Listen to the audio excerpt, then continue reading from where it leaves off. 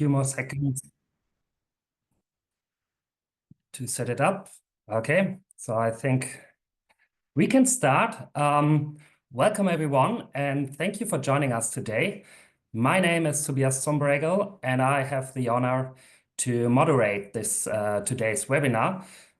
We are thrilled to have such a distinguished group of speakers here with us today, and we look forward to their insightful contributions. The focus of today's discussions is on participatory approaches to the nexus of conflict and the environment. This webinar, as you may have known and seen, is part of a broader study recently published by the Robert Bosch Foundation and the Arab Reform Initiative, which involved contributions from many individuals. So in addition to the panelists I will introduce shortly, let me give also the opportunity to thank all the others who have actually contributed to this study. So special thanks go to Sami Kayet, the mastermind behind this initiative and the whole study, but also Abdel Fattah Ali, Ahmed Al-Wadai, Asma Khalifa, and Hossam Hossein, who have all made valuable contributions to the study. And we are also owe our gratitude to Irene Vines from the Bosch Foundation and Camille Imro from the Arab Reform Initiative. And finally, Zaki Boulouz played also a crucial role in shaping the final study. So our speakers here today, who are also authors of the study, will present their research findings and share their findings based on their case studies from Iraq, Palestine, and Syria. As a quick reminder, we have simultaneous translation available for Arabic and English, so please feel free to contribute in either language, what you prefer. So, and in the end, we will also have a Q&A session. So please hold on your questions, and until that time, you will find a box at the bottom of the bar where you can insert your questions, and I will do my best to bring your questions to the speakers. So let me now briefly introduce the speakers. First, we have Abir Butme from Palestine. She's a water and environmental engineer, and currently she also coordinates the Palestinian environmental NGOs network, Friends of Earth, in Palestine. She has more than 18 years of experience whose research delves into environmental topics, particularly water and climate change, and uses her knowledge also as an educator to train future generations. We also have Shivan Fazil, who is a PhD student at the Department of Political Science in Boston University, specializing in Middle Eastern comparative politics and international relations. He has also previously worked with many different organizations. Among them is the Institute of Regional and International Studies at the American University of Iraq, the Stockholm International Peace Research Institute, and the United States Institute of Peace. Last but not least, Sareen Karajegian is a program director of the environmental politics at the Arab Reform Initiative. She also works at the Issam Fares Institute for Public Policy and International Affairs at the American University of Beirut, and she also currently pursues a PhD in anthropology. So before we begin, I'd like to take a moment to introduce to you also the key concept of participatory approaches, what we will talk about today. These approaches are vital in understanding how local communities can actively engage in addressing the intertwined issues of conflict and environmental degradation.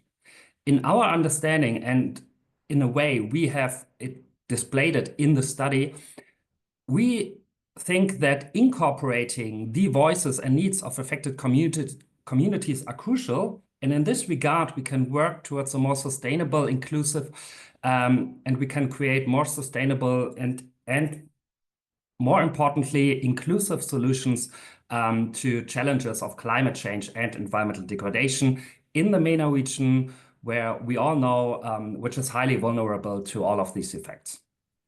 Participatory approaches and processes are often seen as a way to bring in different perspectives, making knowledge accessible and more useful and practical to a wider audience.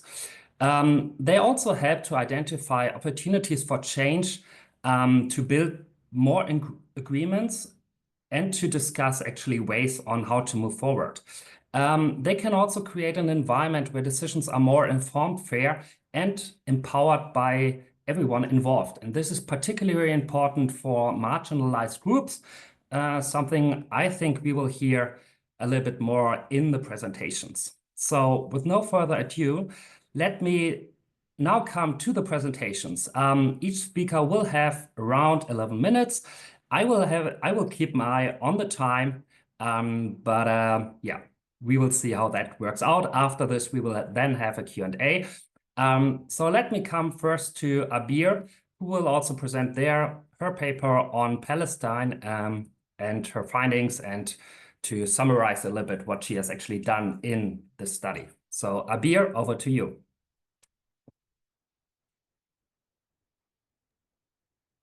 شكرا لك للتعريف، وسعيدة جدا أعرض الورقة اللي تم إعدادها خلال الحرب على القطاع، اللي بيعكس أثر الحرب على قطاع غزة وتحديدا على الأراضي الزراعية. والحرب لا زالت مستمرة، والآثار هذه لا زالت تتفاقم يوم بعد يوم، وتتدهور حالة الأراضي الزراعية يوم عن يوم. الدراسة هي اعتمدت على المنهجية التشاركية. خلال إعداد هذه الدراسة تم مراجعة التقارير والأدبيات السابقة حول الحروب السابقة على القطاعات الموجودة خلال الحرب الحالية على القطاع وأثرها تحديدا على الأراضي الزراعية. كما تم أيضا عمل مجموعات بؤرية تم استهداف فيها مجموعة من المزارعين، سواء المزارعين اللي بقوا في أراضيهم في أماكن تواجدهم، وأيضا المزارعين اللي تم نزوحهم إلى مناطق أخرى في قطاع غزة، سواء في الوسط أو في الجنوب. وكما نعلم أنه المناطق الزراعية تتركز أكثر في المناطق الشمالية والمناطق الشرقية لقطاع غزة، واللي هي أيضا هذه المناطق تحت التهديد الإسرائيلي قبل هذه الحرب، وهي منطقة مخيرة الوصول للمزارعين. هناك قيود كثيرة لوصول المزارعين لهذه المناطق. فبالتالي تم إعداد فوكس جروبس أونلاين، لأن أنا مقيمة بالضفة الغربية، بالتعاون مع بعض الزملاء في قطاع غزة. تم الحديث على الآثار المرئية للحروب والحرب الحالية على القطاع الزراعي، قياس حجم الأضرار المباشرة للأضرار الزراعية، سواء تأثير الحرب على التربة، على رائحة التربة، على لون التربة، على الملمس. أيضا كان في مشاهدات مباشرة للمزارعين اللي ما زالوا مقيمين في أراضيهم. كمان كان في تقدير على حجم الأضرار الأضرار الزراعية، المنشآت الزراعية، من بيوت بلاستيكية، من آبار، من معدات وأدوات زراعية. كمان الجزئية الثانية اللي اعتمدنا عليها هي مقابلات مع مختصين موجودين في قطاع غزة، دكاترة وباحثين في هذا المجال. تم لقاء برضو خلال لقاءات أونلاين مع الباحثين لتقدير حجم الأضرار على القطاع الزراعي. ما بقتصر على القطاع الزراعي، ولكن تم ربطه بالقطاع المياه الأضرار الحاصلة في البنية التحتية للمياه، تلويث التربة، تلويث التربة خلال ضخ المياه العادمة بسبب تدمير البنية التحتية وشبكة المياه العادمة، حيث أن هناك الآلاف من يعني آلاف من الليترز من الويست ووتر، المياه العادمة، بتم ضخها في الأراضي الزراعية. وأيضا جزء من هذه المياه العادمة بتترسب للآبار المياه وتلويث هاي الآبار. وحسب دراسات قمنا فيها وتحليل عينات المياه في هذه الآبار، هناك ارتفاع في منسوب الملوحة بسبب تسرب المياه العادمة لهذه الآبار، وأيضا وجود تلوث فيكال كوليفورم، تلوث بكتيري في هذه المياه بسبب تراكم النفايات في بعض مناطق النزوح. وبالتالي العصارة لهذه النفايات بتم تسربها أيضا لوصولها للأراضي الزراعية والتربة وأيضا المياه اللي بتغذي الأراضي الزراعية. كان في مشاهدات من قبل المزارعين بجفاف الأراضي الزراعية اللي غير مدمرة، غير مستهدفة بالصواريخ بسبب الملوحة الموجودة في التربة. وأيضا كان في تغيرات فيزيائية في التربة في بعض المناطق المستهدفة، حيث أن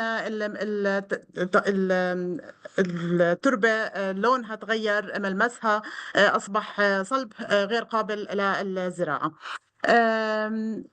طبعا في خلال الدراسة تم استعراض ومقارنة ما بين تدمير الأراضي الزراعية خلال فترات الحرب، خلال بداية الحرب في شهر أكتوبر، خلال شهر جانيوري، وأيضا خلال شهر أبريل 2024.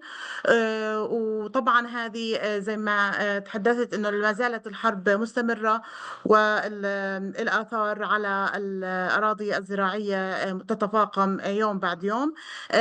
وتم خلال بعد حاليا بعد سنة ونص وأكثر من سنة ونص من الحرب، في هناك مبادرات ما زال يقوم بها المزارعين الفلسطينيين. ركزت الدراسة أيضا على بعض الممارسات اللي قاموا فيها المزارعين في زراعة المناطق بجانب الخيام اللي بيعيشوا فيها.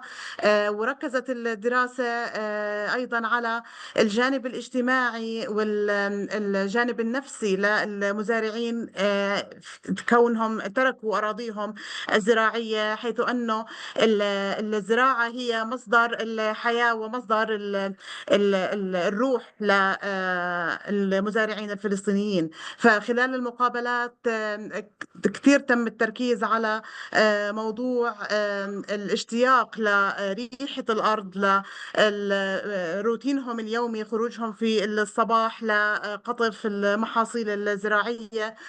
وبالتالي خلال فترة النزوح كان من الضروري بالنسبة لهم إنهم يتم زراعة، حتى لو كانت المناطق المجاورة للخيام مناطق كثير صغيرة غير مناسبة للزراعة، ولكن كان في هناك إعمار لمساحات صغيرة بجانب الخيام لسببين. السبب الأول سد حاجة بسيطة من لحاجتهم للغذاء ومصدر خضروات، والسبب الآخر هو تلبية احتياجاتهم النفسية، إنه حاجتهم لإنه للعطاء، لأنه المزارع الفلسطيني لم يعتاد على يعني قضاء يومه بدون أي إنجاز وبدون أي زراعة وجني لتعبه. فكان هناك بعض المبادرات في هاي المناطق للنزوح، وهون بعتبرها وتم تسليط الضوء عليها في خلال الدراسة هي مقاومة بيئية وصمود بيئي وإحياء لهذه الأراضي الزراعية. من جانب آخر تم لقاء بعض المهندسين ركزت على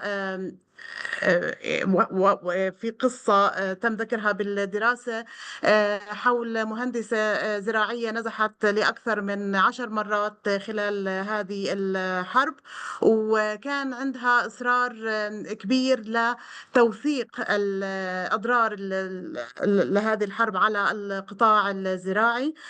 فعملت تحت القصف على جمع عينات للتربة والمياه لإثبات الجرائم الإسرائيلية ضد البيئة الفلسطينية. فكان عندها دافع وإصرار كبير إنها توصل لكثير من المناطق لحتى تجمع عينات التربة، عينات النباتات، وعينات المياه، لحتى تساهم في خطوة في محاسبة إسرائيل على الجرائم البيئية اللي حصلت في قطاع غزة. طبعا من ضمن النتائج اللي توصلت إلها الدراسة هو تدمير كبير يتجاوز على 40% بمعدل. طبعا في تفاوت ما بين المناطق الشمالية. في بداية الحرب كان التركيز أكثر على المناطق الشمالية واللي هي الأكثر فيها مناطق زراعية، وبعديها امتد على مناطق مختلفة لأن وصل رفح وخان يونس. بمعدل 40% من الأراضي من المنشآت الزراعية تم تدميرها بالكامل حسب فترة الدراسة. حوالي 70% من الأراضي الزراعية تم استهدافها وإلقاء أكثر من 70,000 طن من المتفجرات المحرمة دوليا والكيماوية والممنوعة. فأيضا كان لاستخدام هذه المتفجرات المحرمة دوليا أثر كبير على الانبعاثات السامة في قطاع غزة، حيث بناء على بعض الدراسات أنه حجم الانبعاثات للغازات غازات الاحتباس الحراري تجاوز انبعاثات أكثر من 20 دولة من أكثر الدول اللي بتصدر هذه انبعاثات الغاز الاحتباس الحراري. ف بإمكاننا التصور حجم الدمار للأراضي الزراعية باستهداف 70% وأكثر من الأراضي الزراعية، تدمير البنية التحتية الزراعية من معدات بسيطة للمزارعين، آبار زراعية، شبكات ري للأراضي الزراعية. وكمان أشارت الدراسة أنه في آثار غير قابلة للإصلاح يتعرض لها الأراضي الزراعية، حيث بناء برضو على المقارنة بالحروب السابقة وأثرها على الأراضي الزراعية، كان هناك مساحات من الأراضي الزراعية غير قابلة للزراعة حتى بعد استبدال كمية من التربة لأعماق معينة. ولا يمكن المقارنة ما بين الحرب الحالية مع الحروب السابقة، وبالتالي هناك مساحات أكبر تم التعرض لها بشدة أكبر وبكميات للمتفجرات بكثافة أكبر وكميات أكبر. وهون يجب الإشارة على أنه هناك آثار غير قابلة للإصلاح على الأراضي الزراعية حتى باستبدال كميات من التربة. فخلاصة الدراسة عدا الأضرار الحاصلة سواء على الأراضي الزراعية من تربة ومصادر مياه لهذه الأراضي الزراعية، أضرار نفسية واجتماعية للمزارعين الفلسطينيين انقطعوا وانعزلوا عن أراضيهم الزراعية، أضرار اقتصادية كون إنه المزارع ما هو الدخل الوحيد له كان الإنتاج من الأراضي الزراعية، ولكن تم توقفه بشكل كامل. ومع ذلك أشارت الدراسة على أنه المزارع في غزة مصر ولديه القدرة على الإنتاج برغم الظروف الصعبة. تم إنشاء بعض المشاريع الصغيرة في مناطق النزوح، تم زراعة واستصلاح بعض الأراضي في مناطق النزوح. توصياتي من هذه الدراسة وهو المطلب الرئيسي هو وقف إطلاق النار على قطاع غزة ووقف دائم للحرب، حيث أنه قبل شهرين تم الوقف الجزئي لهذه الحرب، وعادوا المزارعين لاستصلاح الأراضي في قدر الإمكان طبعا، وقدر الإمكان للوصول للأراضي الزراعية وضمن الإمكانيات المتاحة. ولكن المطلب الأساسي هو وقف كامل لإطلاق النار، وقف الحرب. أيضا إعادة إعمار قطاع غزة، التركيز على إعادة استصلاح الأراضي الزراعية وتزويدهم بكافة المعدات والإمكانيات اللازمة لاستصلاح الأراضي، وأيضا عمل محاسبة وتدقيق وتقييم للآثار البيئية والأضرار على القطاع الزراعي تحديدا لهذه الحرب على غزة. في عملي تم أخذ عينات للتربة، تم وعينات للمياه وعينات للنباتات، تم فحص إجراء بعض الفحوصات الممكنة داخل قطاع غزة للمياه وتحدثت عن النتائج.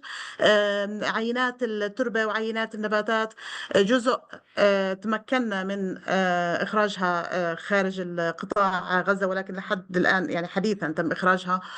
لم نتمكن من عمل فحوصات في انتظار الفحوصات لقياس المعادن الثقيلة والمواد الثقيلة والمواد السامة في التربة والنباتات. وجزء آخر بقي في قطاع غزة في انتظار أن نتمكن من إخراجها. وشكرا لكم. Thank you so much, Abir, for these very clear messages and also for introducing to us the very complex but also depressing issue that is currently going on in Gaza. You started your study, and I found this sentence quite vivid for the situation there. I mean, you started your article with a sentence that the environment is a silent victim in the war against Gaza, and I think you made quite clear how important it is in so many different aspects here to consider actually the environmental destruction and degradation that comes along with the ongoing war here. You also said, and you made suggestions about how to bring a better sustainable situation to Gaza. You have also made clear the importance of incorporating the environment into current or future peace-building efforts and initiatives. So I think this is also something that we can discuss later. Also maybe with the samples you have taken, and I know it from other studies in Yemen as well, that we also have to talk more about the situation. How can we actually combine natural science research with social science research, and how this can actually be more integrated to another. So there are a lot of points, and I'm thanking you again for these insights. And I think this already gives much to discuss later. But before we do that, let us come to Iraq and to Shivan. So please go ahead and also tell us a little bit about your insights and what have you found out in your study in Iraq. Thank you very much, Tobias. It's great to be with you all. I will get ahead with a very brief overview, and then perhaps something about the methodology and some of the main highlights or findings from the research. To begin with, basically, the findings from this research on Iraq highlight Iraq's vulnerability to climate change, particularly in agricultural heartlands of Nineveh, which is still recovering from the devastating conflict with IS from 2014 and onward. And while climate change is acknowledged by communities across the board and localities, though it is manifestation like drought and reduced rainfall, it is not currently the top concern or priority compared to other pressing issues like unemployment, basic services, and reconstruction from the devastating conflict that I mentioned.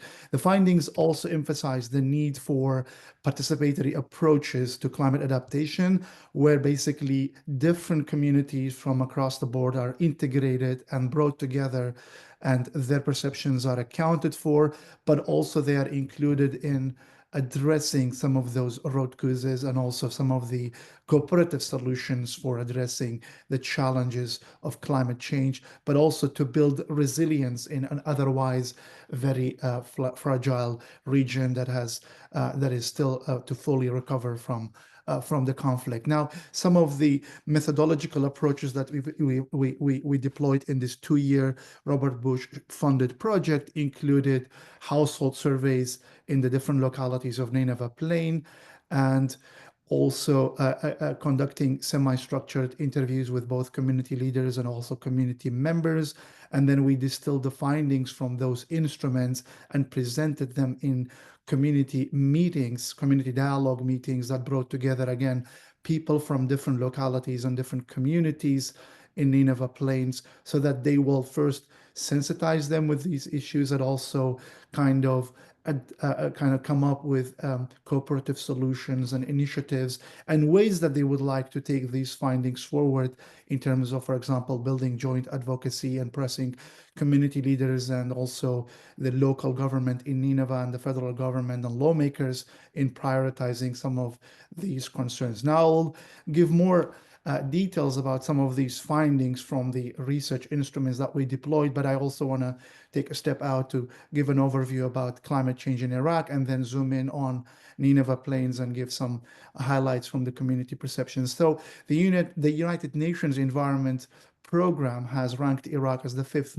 most vulnerable country to the effects of climate change. The country is experiencing increasingly extreme weather events such as heat waves and also dust storms with temperatures exceeding 50 Celsius in the summer especially, and predicted to rise 2 Celsius degrees in mean annual temperatures by 2050, in just 3 decades from now. And also more strikingly, decreased annual rainfall, prolonged droughts, and diminishing water supplies from the country's 2 well-known rivers, Tigris and Euphrates, due to upstream damming, but also the impacts of climate change are severely impacting the environment and the livelihood of communities across the board. So these factors contribute to increased frequency of dust storms, as I alluded to, as well as heat stress, and actually interact with the existing vulnerabilities and fragilities in Iraq.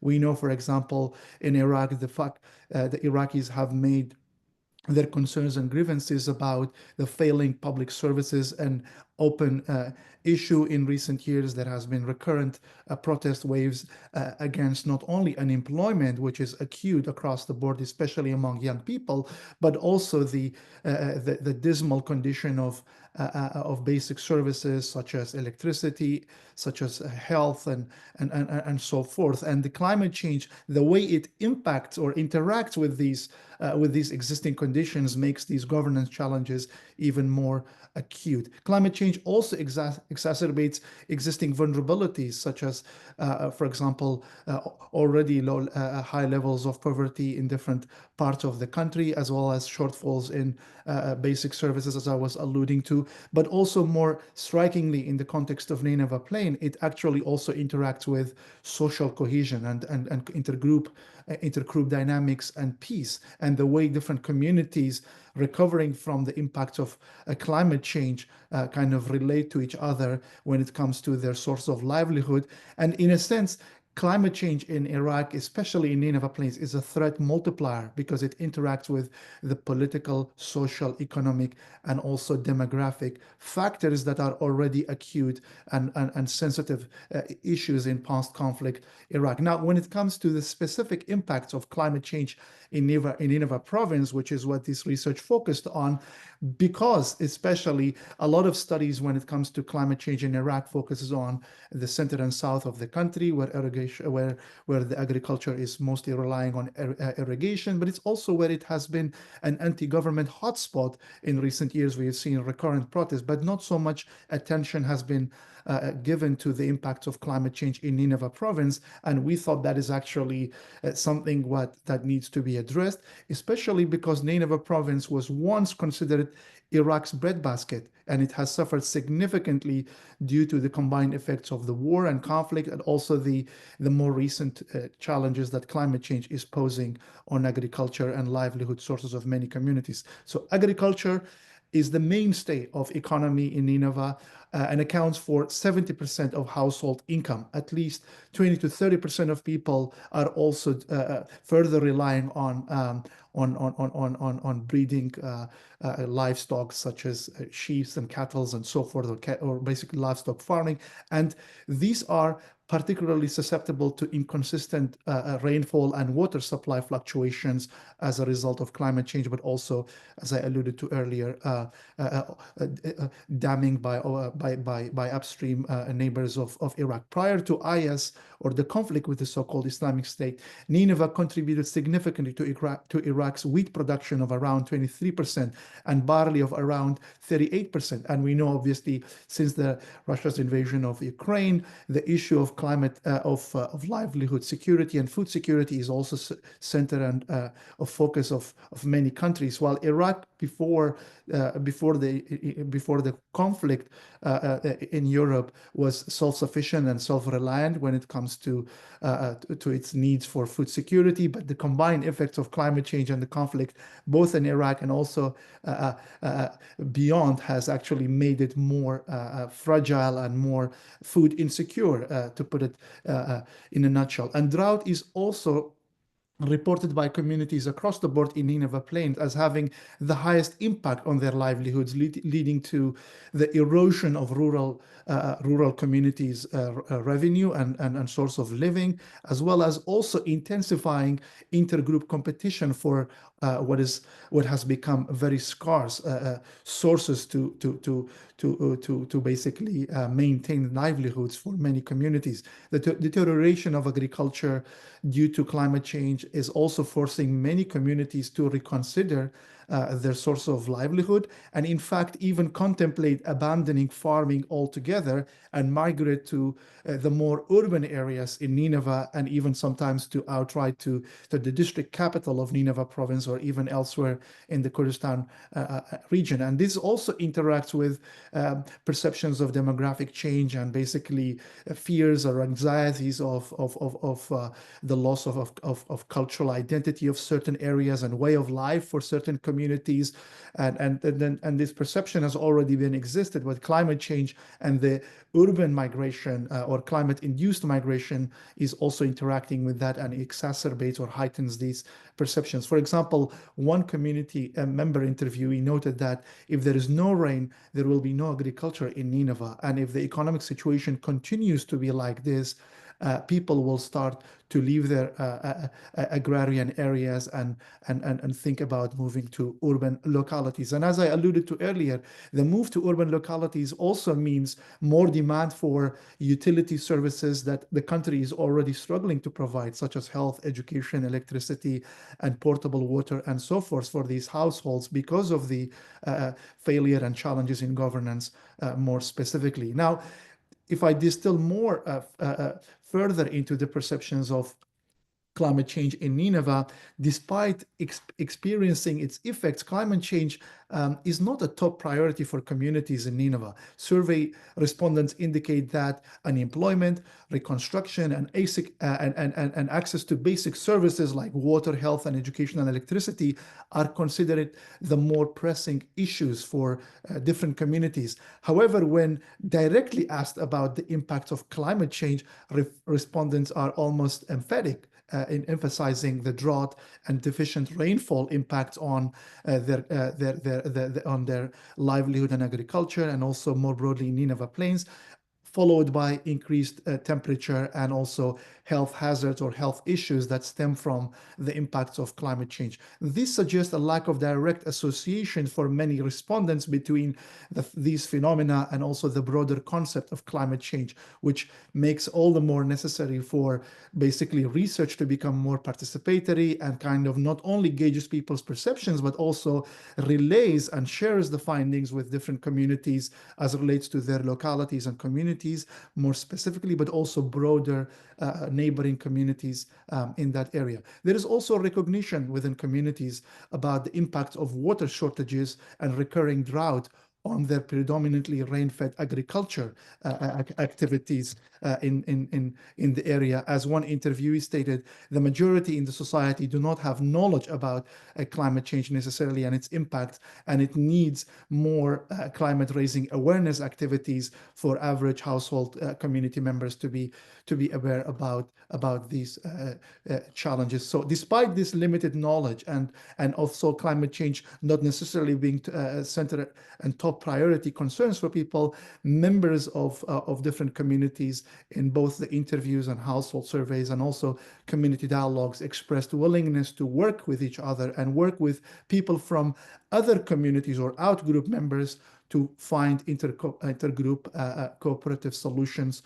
for climate adaptation, and also focus on basically building more sustainable approaches for climate adaptation, if that includes resource pooling, but also modernization or the need for modernization of agriculture in Iraq more broadly. Sometimes it requires extension services and also more investment in agriculture input activities. Perhaps I can now, in the last minute, because I'm trying to be mindful of the time, the three top policy recommendations would be raising awareness where local authorities and communities will work with each other and raise awareness of different communities about climate change, and more specifically about mitigation measures in everyday action, but also the need for reinvesting in agriculture, where the government as well as international development cooperation agencies reinvest in local communities' agricultural inputs such as equipment, seeds, fertilizers, and also support for modern farming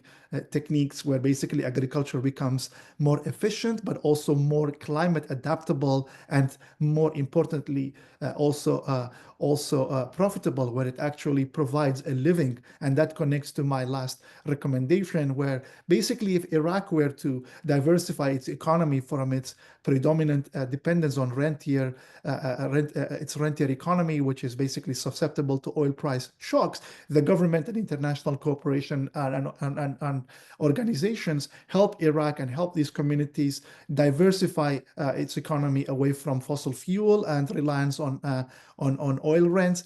And the potential for Iraq is actually in agriculture. And that means investing in green and renewable technology, but also in sustainable farming practices and techniques, modernizing agriculture, and also support agrotourism, where basically it not only creates jobs, but also leads to income generation, both locally and also across the region more broadly. And I'm going to stop there.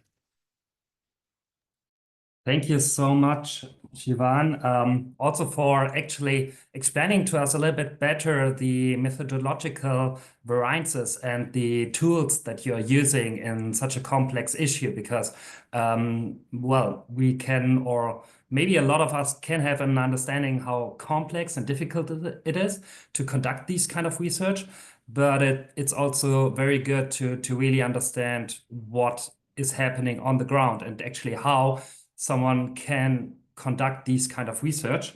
That was really enlightening. And I also like that you're particularly focusing on so-called blind spots, because there are still so many regions and areas who are not getting this kind of attention, or maybe not in comparison to other regions and areas. So that was really interesting, as well as the fact that, well, yeah, and I think we agree, and this is also what scholarship tells us, is that, well, there might not be a direct linkage between environmental degradation and conflict, but you made it very clear how long but also short-term environmental change can actually contribute and accelerate problems in terms of politics, economics, and the social front, and how this is actually then the foundation to a fragile situation that can actually, well, lead to conflict or to a conflictive situation. And I think that you made this kind of intersection very, very clear to us. Thank you so much for that. Shifting, last but not least, to Syria and to Sareen, another fragile context. And we are very much looking forward to your findings and your description of the case of Syria. Thank you, Tobias, and always good to be amongst wonderful panelists like Shivan, Abir, and yourself and other colleagues who contributed. So in the case of Syria, again, this is an uncertain but also ever-changing context. And here it's good to remind ourselves with the context. So while I was writing this chapter, at the moment, we were still under the Syrian regime of Bashar al-Assad, and now it's a new type of shift and transition, so yet to be seen. But the government at the time does not, or still at the moment, does not do anything to help the farmers and local communities in Syria since the early stages of the war. We have all the natural resources, yet we are unable to use them due to the government policies and wars. This is quoting a Syrian food advocate who used these words, and yet 13 years after the beginning of the 2011 Syrian conflict and to date, the Syria war is one of the most devastating wars of the 21st century. Protests during the Arab uprising quickly escalated into brutal civil war involving multiple factions, including government forces, opposition groups, and extremist organizations like the Islamic State. The conflict resulted, as we know, in over 500,000 deaths and displaced millions. It caused extensive destruction to infrastructure, hospitals, schools, and agricultural facilities, which led to severe economic collapse, widespread poverty, and mass unemployment, which is still continuing to date. Therefore, environmental factors play a significant role in understanding the underlying grievances that continued to do the outbreak of the Syrian war in 2011. And in much of the literature, these factors are often closely linked with the immediate triggers of conflict, and which my chapter demonstrates. And here I'm focusing heavily on local agriculture. So local agricultural production used to be the essential contributors to Syria's food consumption. Until 2011, it was also the third largest contributor to the country's gross domestic product. And we've seen economic reforms that took place in the early 2000s, which aimed at promoting a social market economy model that formally adopted in 2005 during the 5-year plan from 2006 to 2010. This model intended to achieve high growth rates by increasing private and foreign investment in profitable sectors such as transport, telecommunication, tourism, and trade, and to reduce government expenditure by cutting subsidies and public investments. So for decades, and this is what the research chapter mentions, and for decades, cereals, especially wheat and barley, were at the center of the government's self-sufficiency planning strategy. As a result, the state was allocating generous support to producers through subsidies. And again here, quoting, the heavily subsidized sector was able to provide low-paid employment for a large number of seasonal and low-skilled workers in the poorest regions of Syria, serving as a form of social safety net and a means for government representatives to offer patronage to their local constituencies. Therefore, the government's attempt to depart from self-sufficiency objectives and end purchasing harvest commitments in their entirety made producers and workers extremely vulnerable to austerity measures. And in these both cases, the state engaged in policies that excluded farmers from decision-making, participatory mechanisms, leading to poor representation and poor accountability. So these are the stories and the purpose of this article, which is to investigate and review the involvement and active participation of local communities in organizing and managing development projects in Syria's agricultural sector. Again, providing post-conflict examples that I will share and internationally funded participatory approaches. I will also share stories of 2 women who sought refuge in Lebanon and have moved away from their lands, alienating them further from the participatory approach processes, thus excluding them and excluding all Syrian community actors.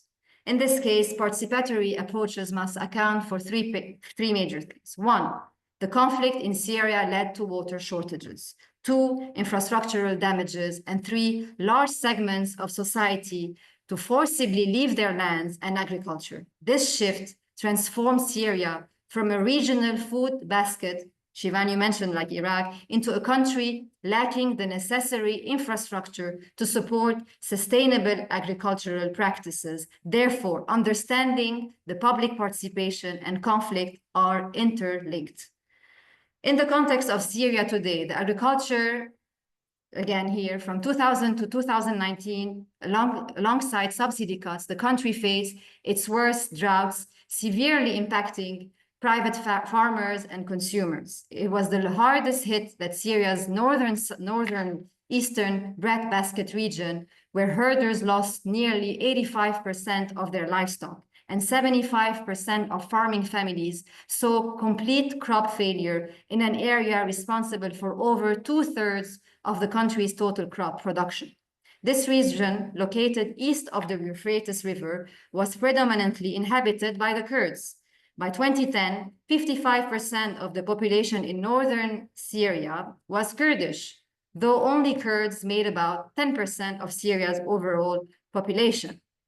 Droughts only exacerbated already tense relations between minorities and the Syrian regime. For instance, in the Jazeera region, discriminatory policies and measures were taken against Kurdish farmers to deprive them from accessing agricultural property and ownership of their own property. This, in turn, accelerated rural exile and displaced them from the suburbs of Aleppo to Damascus and Hasakeh, Raqqa, and Homs. Moreover, these wheat crops in 2006 and 2007 witnessed infestations, which was attributed to the government's reduced distribution of subsidized pesticides and fertilizer, both of which are vital for crops to be resistant to infestation. The outbreak of the conflict in 2011 has been partially attributed to the government's inadequate response to the massive crop failure, which provoked food insecurity and led to significant social turmoil. Water insecurity is widespread in Syria, especially in northeast of Hasakeh region. And according to some Iraqi government reports, Syria's main river, the Euphrates, could dry by 2040. So even during the war, and still the war and conflict continues in Syria, the government appears to have maintained these kinds of policies. The role of public spending changed from supporting production by subsidizing inputs to using price support schemes to shape both production and market. Shortages in local productions were meant to be compensated with imports, further allowing non-state actors to enter the competition, while the state, by buying wheat and asserting their dominance over the market. In reality, a certain number of loyalists and politically connected businessmen were favored over others in this competitive economic war. So what were the consequences of the Syrian war and its the environmental and agricultural deterioration?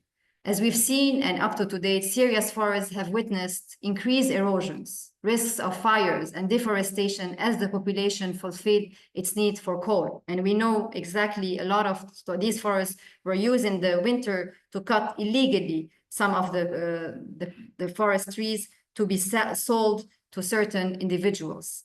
Again, we see here, these civilians have increased the pressures on water resources as a result of the influx of internally displaced Syrians and refugees, whether for daily consumption or agricultural production. With the unseasonably low level of rainfall across the eastern region of the Mediterranean basin and Euphrates, Syria is today rated as extremely high risk of regional drought. These circumstances have negatively impacted several governorates in the northern east side of Syria, especially in Hasakeh, typically the breadbasket of the country.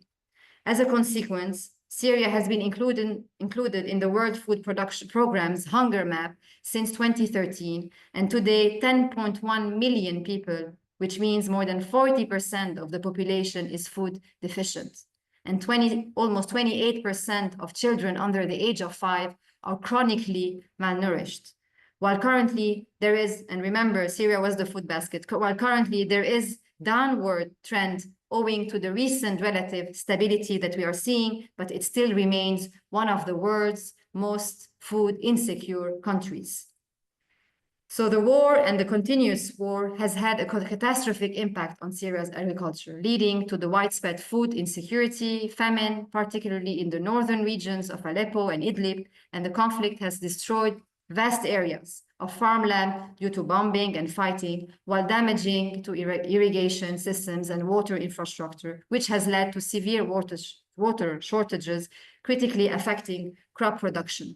Farmers face essentially input shortages such as seeds, fertilizers, and fuel, further hampering agricultural activities. And again, of course, displacement, which has also played a significant role in agricultural decline. And many of these farmers have been fleeing or forced to flee their homes, resulting in a loss of labor in the fields of agriculture, expertise, and communities matters. And here I'd like to quote two women that I have met who have fled from Syria and now are still in Lebanon. Amina, which I met her, she still is 28 years old. She escaped from Raqqa to find refuge in Lebanon, and she shared her lack of interest in becoming a farmer. Moreover, both of her parents were farmers, and I will quote her. For us, being farmers is part of our family tradition. Both my parents were farmers. How can we return to Syria and cultivate our lands? Our lands are no longer ours. We have lost interest in agriculture, and instead, I would like a better future for my children and for myself. I don't see myself working in agriculture. It is not profitable as it used to be, given that we still lack water. Our lands have been bombarded, and the infrastructure in Syria is not the same as before the war. Our grandparents and parents have been working in the agricultural sector. It is part of our tradition and culture, but why would I go back to Syria to reclaim my parents' land? I would have to start all over again and build new irrigation systems, given that our house has been bombarded. The second story is Mazen's story, who is 58 years old. Life in Syria is too expensive. How can we continue to support our farmers? We've lost our homes, and my family has escaped the war to live in Lebanon, and the others have found refuge either in Europe or in Canada. I cannot afford to maintain the land, and I barely have enough money to live myself. So can participatory approaches take place during conflict? And we have seen specific cases.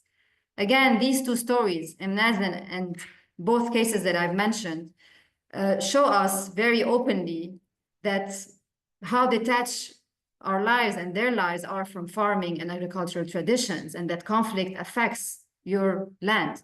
While both feel that agriculture is not part of their present story, they are detached from their lands in Syria, despite the region's food breadbasket. The war has affected the participatory nature of involving local communities in decision-making processes, which is the topic of today's webinar.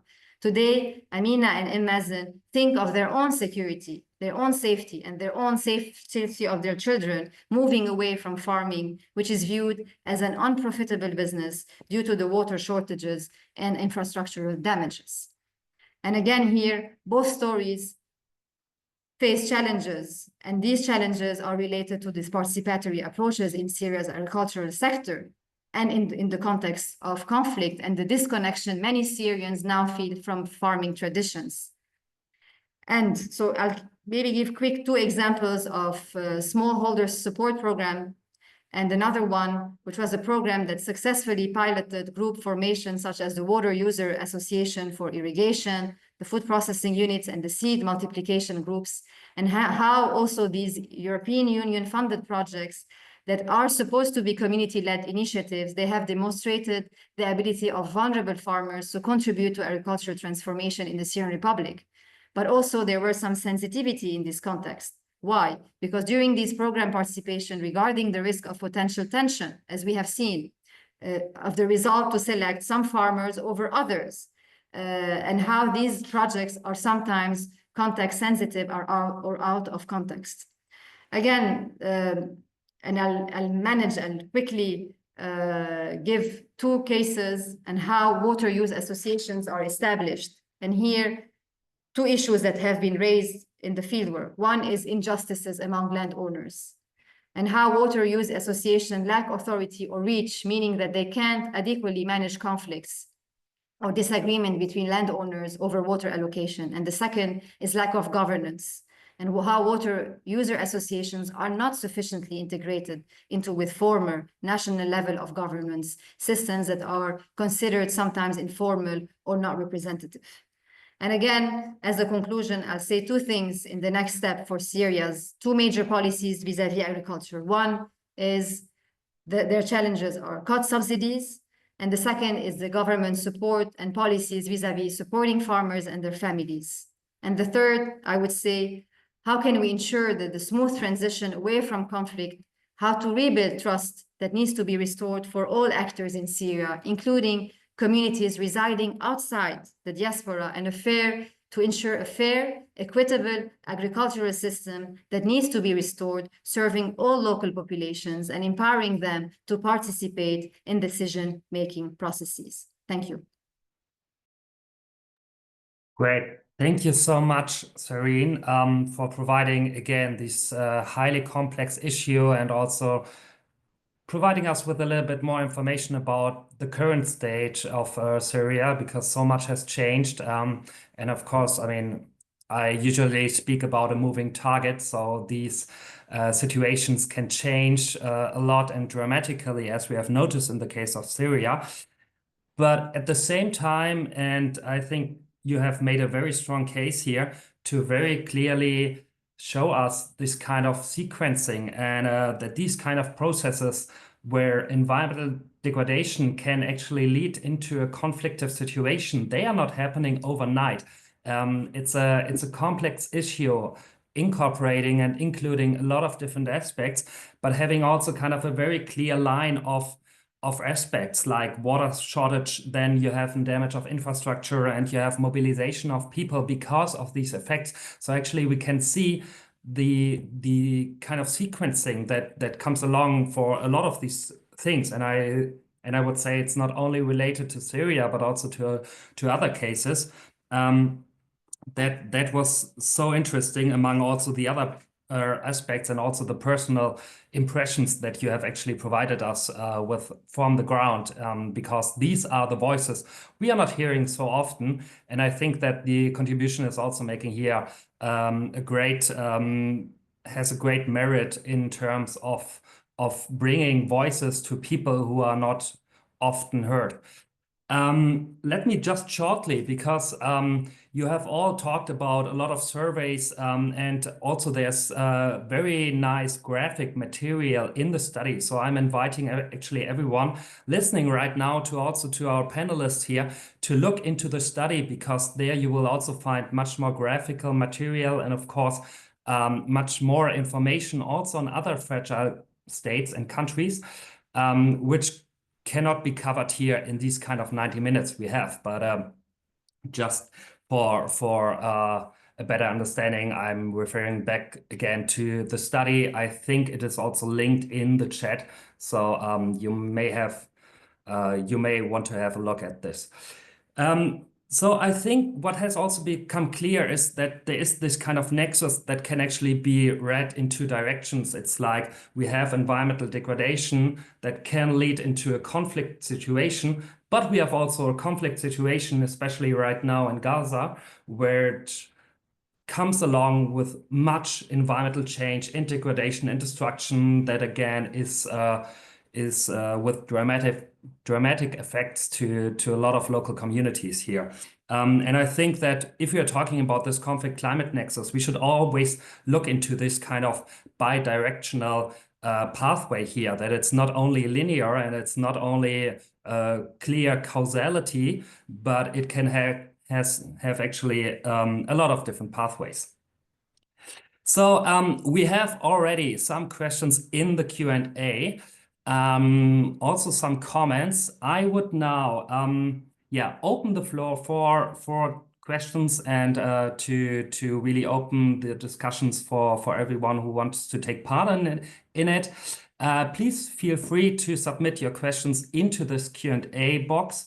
in the chat, and then we can direct it to the speakers. If you have a question directly to a speaker, then please just, as some of you have already done this, just name it and compile your question.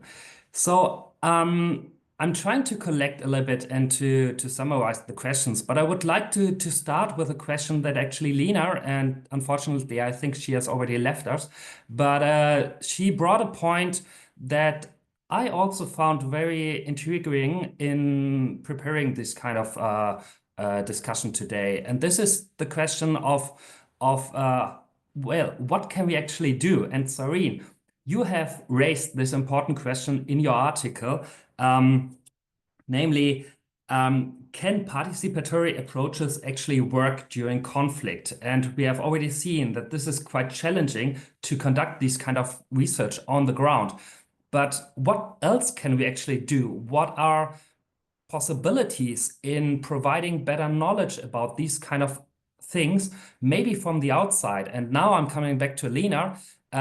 She was also asking about mainly using remote sensing. Maybe we can also using technologies like GIS, like geographic information systems, and to other solutions from the outside. So have you actually used these kind of material in your research, or do you know about studies who have actually applied this?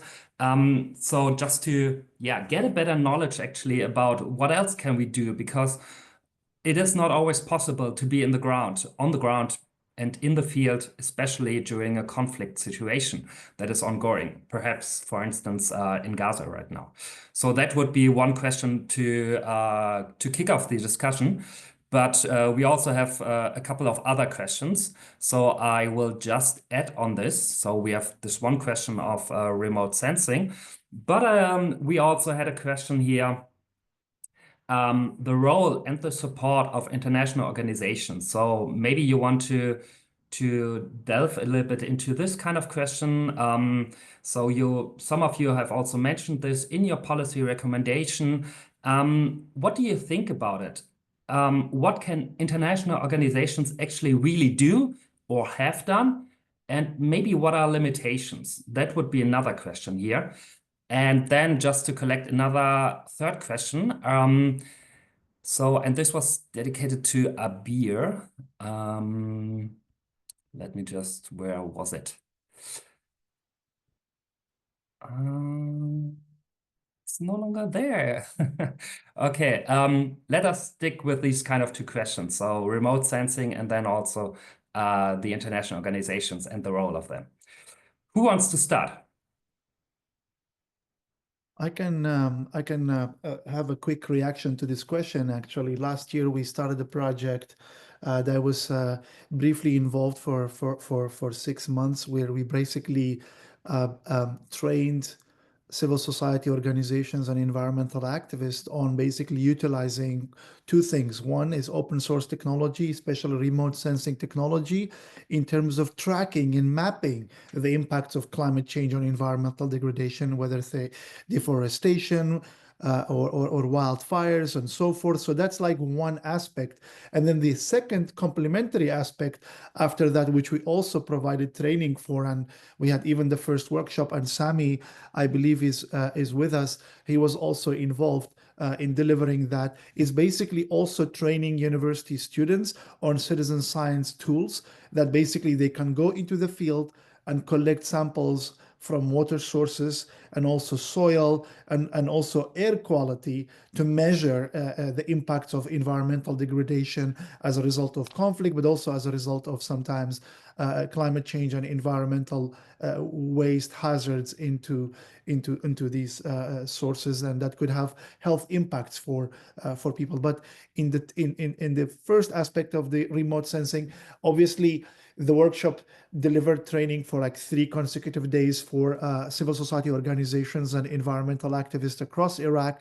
But as you know, some of these open source technologies would need more time and effort basically to learn how to harness the various techniques that these tools that actually harness remote sensing and geographical information system to basically learn efficiently. But there has been studies that utilize remote sensing to gain it. It gives you, as I was alluding to, the broad picture, like which is the first stage to also measure across time. For example, if there was a lake, for example, Sareen mentioned the prospect of drying one of the main rivers in Syria. So actually, you could track over time how the river bank, for example, has narrowed, or for example, the water level has shrunk over time by using remote sensing, which is obviously a very, very important for climate advocacy, but also for raising awareness for also policy interventions.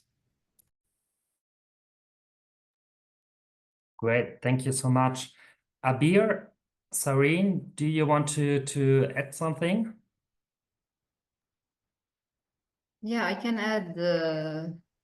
I mean, first, thank you for the question, and then I'll give the floor to Abir as well. I think, you know, during conflict, there's two things that we're realizing. One is the lack of information. And these tools, such as the GIS, remote sensing, give you real data, knowledge of any impact that is happening and where it's happening. So this is something that is very important. The second, you know, is crowdsourcing. And we've seen it as well in Lebanon. We've seen it in Palestine and other parts. Some people were calling informally their families to know where, if their houses were bombed, if the water well next to their homes were bombed or impacted. So crowdsourcing gives you also, because of remote satellite images, it gives you real data of whether your home, your house, your hospital, your school, or even water and land has been destroyed or not. So these are the types of participatory approaches. People were actually involved, were curious to know what has been bombarded during wars. So I would go back to information. The second, and this is the good tools and technological tools to use the data. The second, here, in terms of participatory approaches, are also how do you involve formally or informally? You know, information travels very quickly during wars. People are not just relying with each other, you know, and this is things that we've seen. And there's a lot of anecdotes also from the field. One person tells the other, you know, this center is distributing support.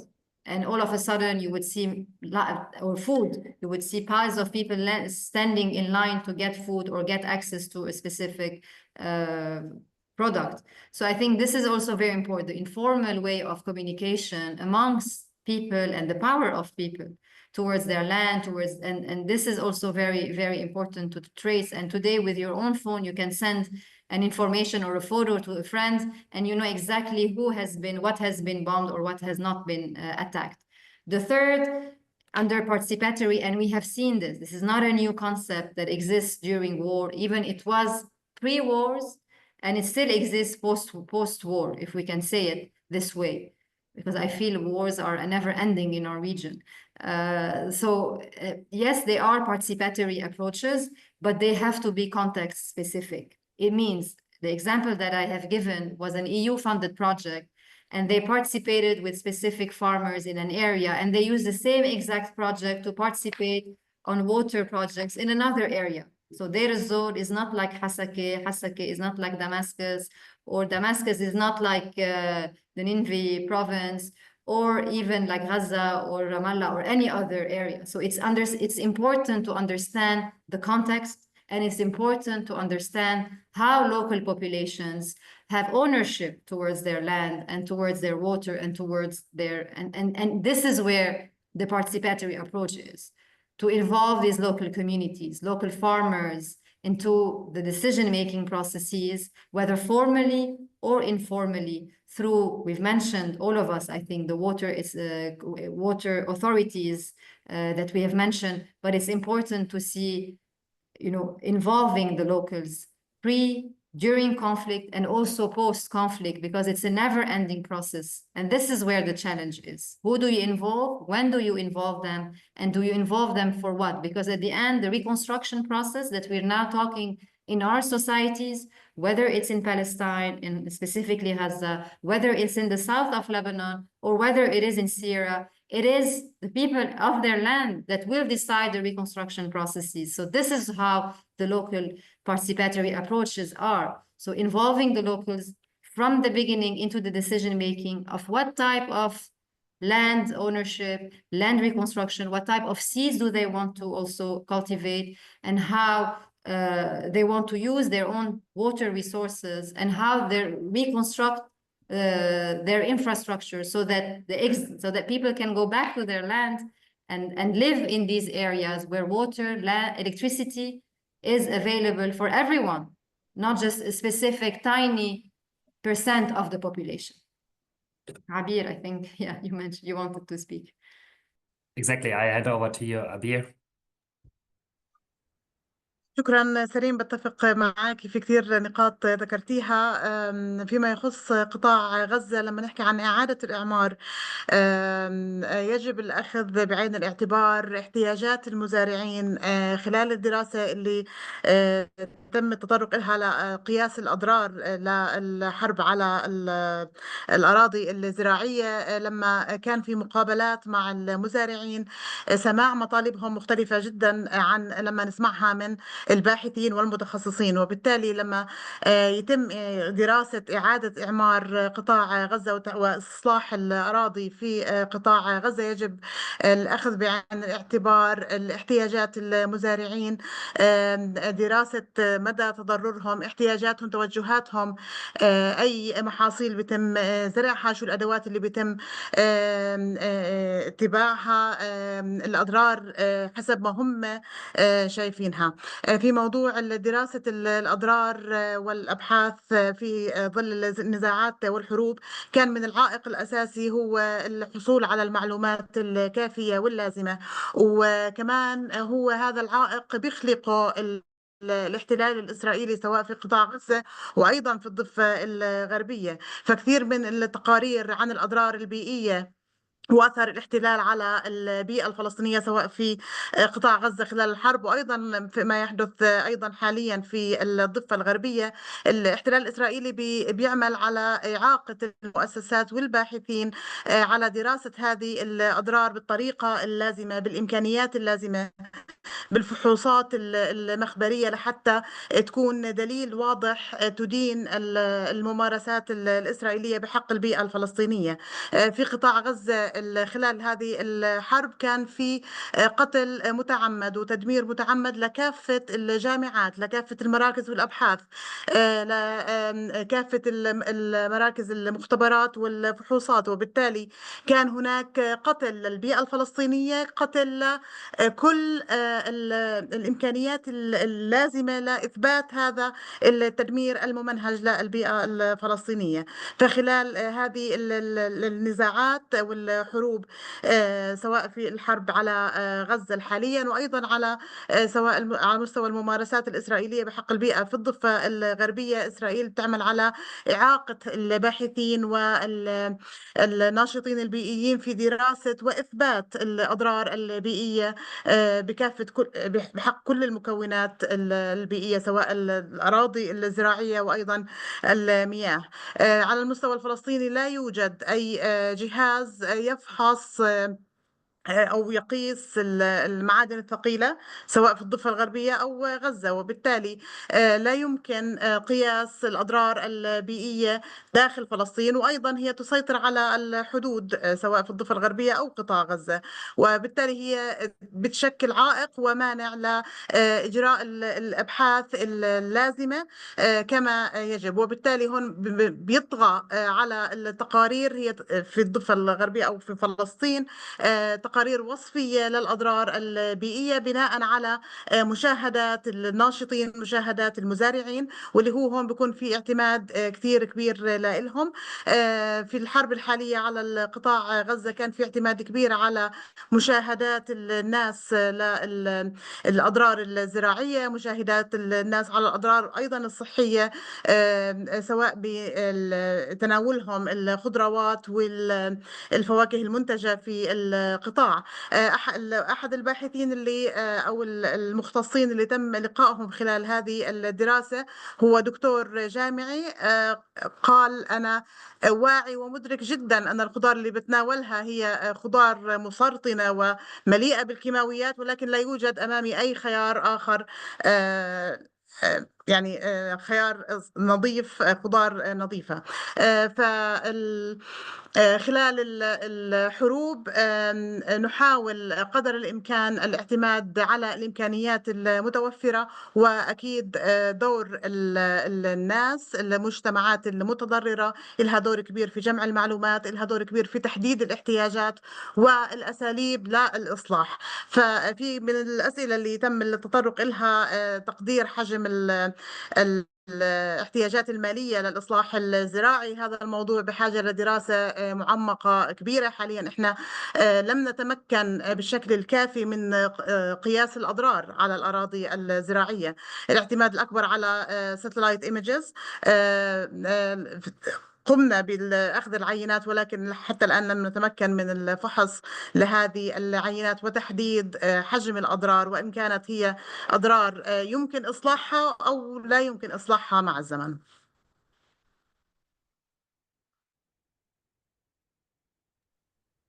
Great. Thank you so much, Abir, also for answering the question that has been actually raised to you. Also, Shivan has been quite active in responding in the chat directly when there was a question to you. So thanks for that. I think we have time for another round of questions that have been here in the chat, but please keep in mind that we should have around 10-15 minutes left. I would do a short wrap up, but there would be a follow-up question by Zaki, actually on this topic of remote sensing and whether this has also been used, or maybe I think this question goes also a little bit into the direction of has been weaponized by maybe certain non-state actors, but maybe also from governments. Maybe they have banned it, or maybe they have heavily restricted it. So maybe you have some examples on these kind of difficulties that researchers using these kind of technologies have also been seen lately in or during active conflicts. Maybe you have maybe you have ideas on that. And there's another question, and I think that is a very valuable aspect as well, that given these kind of complexities and the different pathways we have actually talked about, so is there a role for modern systems thinking? So a real structured approach that actually, incorporating a lot of different aspects. So maybe this is a little bit more on asking your opinion about whether this could also be something that research should take more into account as one idea of approach. And then finally, a third question would be, well, what actually can be done, or how can we actually transform the economy in times of crisis and climate change? So do you know of any examples? And let me just shortly add on this. So while this might go into an idea about green economy or ecological modernization, I will just shortly also add on what Abir has said and also written down in her article, is the problem that during active conflicts, for instance, now in Gaza, we have also seen that there has been a massive destruction of solar panels here. So it has been a huge drawback also on these kind of, well, transformative economies, setting us back. So again, there's this kind of problem. And so I have monopolized enough of my talk here and my moderation. So I hand over to you. I think Abir has shortly left us, but maybe she will come back to us, hopefully. Meanwhile, I will hand over to you, Sareen and Shivan. So who wants to start? Yes, Sareen, please go ahead. I was giving it to Shivan, but I can respond. Yeah, just noting which question to answer. Maybe we'll start with the issue of solar panels, and I think, and there are like a lot of images going around in Palestine, in Syria, and also in Lebanon, as we've seen in the south of Lebanon, but also in the Beirut suburbs, how the solar panels have been attacked and destroyed. So whose responsibility it is right now? Are we going back to the same model, since we're talking about reconstruction? Are we going back to a communal, asking the citizens themselves to install these solar panels, even if the whole system is broken down? Or are we asking our governments to create newer, greener, cleaner technologies, cleaner ways to use electricity? So I think this is where today's region is shifting towards thinking, is this an opportunity as well, since we are reconstructing, to change and shift our models of, short-term, quick responses to respond to, having electricity. I mean, we have solar panels in Lebanon, and we say that we are reaching excellently, or 30% by 2030. We've already almost there, not because people want to install solar panels and green, but because people want electricity. And it's the same case at the moment. People want to go back to their lands and want to live, but they don't have, even in Syria, even in the south of Lebanon and even in Gaza, they don't have electricity systems. The water is not getting to their own communities. So how is this an opportunity now to rebuild greener, more sustainable, affordable, cleaner systems, solar, water, infrastructures? This is the type of question that I think all of us, and even us at the Arab Reform Initiative with our colleagues now, with the Robert Bosch, we're trying to answer these kinds of questions. What does it mean? How do we go back to reconstruction, to greener and sustainable reconstruction? The second is related, you've mentioned about remote sensing and whether it is, there are a lot of studies that we have seen. And last year in one of our conferences, we brought together PAX, which is a Dutch organization that does the remote sensing and, brings together different data sets. And how do you extrapolate this data and use this data to know what has been attacked and how do you actually use and analyze this data? So I think this is the new type of technologies that we want to introduce at the level of very localized level of how do you generate electricity, how do you generate and how do you use this data set, and how do you make use of it and make it available. So I think the next step for us, and I think all of us as researchers, as think tanks, as community representatives, our next stage is to push towards the international donors, not to go and invest again in solar panels as a short term so that they can be bombed in 5 years, we hope, for the next wars or ongoing wars, but how do you create sustainable and long-term electricity systems? In terms of economy, in times of crises, I think wars also, and we've seen it in the agricultural sector, labor was commodified.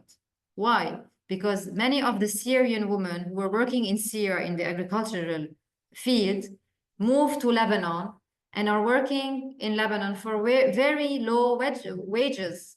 So this is how the economy is also being affected. So more discriminatory, of course, measures and more abuses when it comes to labor forces, longer hours of working because of lack of social safety net, lack of social protection policies within our economies. And we've seen this immensely in the Levant and also other parts of the region.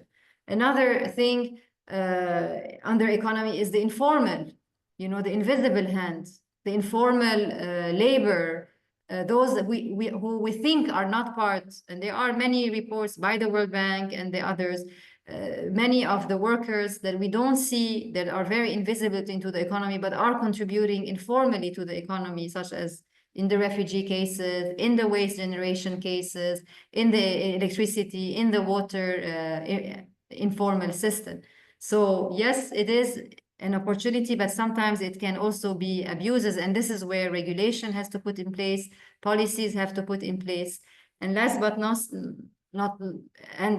we can say, and we've seen international projects and donors coming with their agendas to support based on lack of consultation with local communities. And in the Levant, we are very much opportunistic, and we are seeing this. This is a wonderful project. Let's go and do a green hydrogen project in Lebanon. Let's go and build a big wastewater treatment plant. Let's go and rebuild a big dam when none of these dams are functional, or some of the wastewater treatment, and now incinerators when none of the, and we know the deficiency and the maintenance costs of incineration. So it is also important in post-conflict management, in post-conflict strategy, what are the opportunity costs? Who's benefiting from these neoliberal policies? Who's being left out of this new types of government? And again, in the economy, in times of conflict, the diaspora is very much present in getting and restructuring. But again, we have to go back to the locals who are living and to rebuilding trust in our systems and in economy and economic models that we're trying to rebuild at the moment, whether in Palestine, whether in Syria, whether even in Lebanon, and to a certain extent even in Iraq, and let alone now with the big conflict happening in Sudan. Yeah. Thank you so much, Shivan. Yes, this was a very rich answer, I have to say, but I think I also liked the question from Hugh. It was obviously also-explanatory, but maybe I'll try to combine in a couple of minutes what Serene had just mentioned, and also to reply to that. Obviously, I think the solution or any intervention in post-conflict needs to be systemic-based or systems-based and multifaceted, in order to address the various aspects or multifaceted impact of the conflict, as well as climate change. For example, in Nineveh Plains, just for an example, if we were to basically help rural communities and farmers to bring back their agricultural practices, we cannot dismiss, or we cannot be oblivious about the new impacts of climate change and drought for these farmers to be able to continue practicing agriculture. So just helping them financially or otherwise to replace their, for example, vandalized machines or stolen machines is not enough. It has to also be coupled with agricultural extension and input, so that they can upgrade and modernize their agricultural practices that is sustainable, for example, that is also, most importantly, profitable, so that people will actually be able to make an income and a living from these agricultural practices. And this goes also about addressing the other or the further governance challenges. So if we are just helping them to adapt to some certain specific circumstances, but then the challenges of governance and also the inter-community tensions or intergroup tensions that might stem as a result, or rise up as a result of providing some forms of development assistance or financial input to certain groups, but not localities, this will only accentuate intergroup tensions further. And again, maybe to bring it back home, it really needs to start from bottom up and empowering communities through, obviously, the research, the various methodologies that colleagues deployed in this dossier, engaging people's perceptions about what are the priority issues and what are the challenges and the level of which, and also what needs to be done, and also by whom, and also in the process of doing it, empowering communities that would work with local subnational authorities, but also international organizations, so that any intervention will address the perceptions and also the needs and desires of these communities. But at the same time, it would help to maintain and sustain those practices and source of livelihood that people are relying on. Otherwise, it will be just basically bringing back certain structures that were destroyed by conflict or displacement and so forth, or climate change. But then in the long term, it will not be sustainable because of not addressing certain aspects of the crisis, or, for example, it's not profitable for people to be able to sustain a livelihood on a meager kind of input or subsidy. So these are a lot of food for thought, but I like that question, and I think Sarine's answer was very rich and addressed most of those open questions as well. Yeah, absolutely. Thank you, both of you, for these kind of really good answers to very complex issues. I would also just very shortly add on, given the complexities and actually who is setting the priorities, it should be a lot of stakeholders and different stakeholders. But I think, and what has been seen in the region, but also from our studies here, is that, well, participation and the broader voices of people, especially marginalized people, these kind of priorities which are so important, haven't been really heard so far, especially in non-democratic setups like we have a lot of clusters of them in the Middle East. And our approach is actually trying to help to elevate these kind of voices and bring at least different voices to the discussions, and to bring participation as a key pillar of a social contract a little bit more into the discussion as well. So with that, I would actually now take the opportunity, the last 2 minutes, to wrap up a little bit. And first of all, really shout out a big thank you to all of the speakers. Unfortunately, Abir has left us, but also all of you guys have been amazing in trying to explain to us a little bit the complexities and issues and challenges, but also probably the solutions of research in terms of participatory approaches. I also want to thank the audience for a lot of insightful questions and the active participation. And of course, I want to thank the whole team, especially from the Arab Reform Initiative, but also Robert Bosch Foundation, for making this possible. And before I'm coming to an end, at my very last points, let me just really shortly also summarize some of the key findings I think that we can here wrap up a little bit. So common themes that are important in the study, but also here in the discussions, have been that we really need to understand local capacities. There is no one-size-fits-all model. Of course, we have heard this a million times, but just to stressing this again, it really depends even through different areas and regions within a country, and we have to understand, well, what is possible here. We also need to see that, well, participatory support must account for evolving context. So it's a process, it's changing, it's fluid. We need to emphasize and monitor what's happening on the ground and how changes are actually happening. We have to prioritize solutions that are based on community consensus. Again, voices who have not been heard here so much. We have to manage expectations if we want to seek for solutions. We have to build much more trust. And let me just say this, we also have to think much more in terms of environmental mediation, bringing a lot of different stakeholders to the table and let them talk to each other as one key aspect of environmental peace building here, where participatory approaches are actually very helpful and important. And finally, the issue of local practices and knowledge.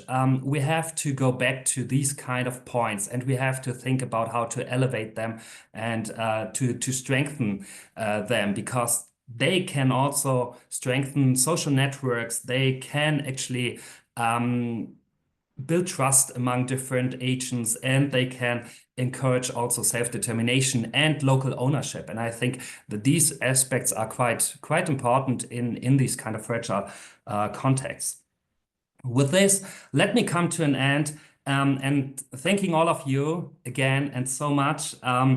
And just to remind everyone, this was just one step into a much larger conversation that we all need to continue and to engage with. And we will hopefully do this. And with this, thank you so much for joining us today. And we hope to continue this kind of dialogue here. And looking forward to future collaboration and wishing you all a great day ahead. Thank you so much. Thank you.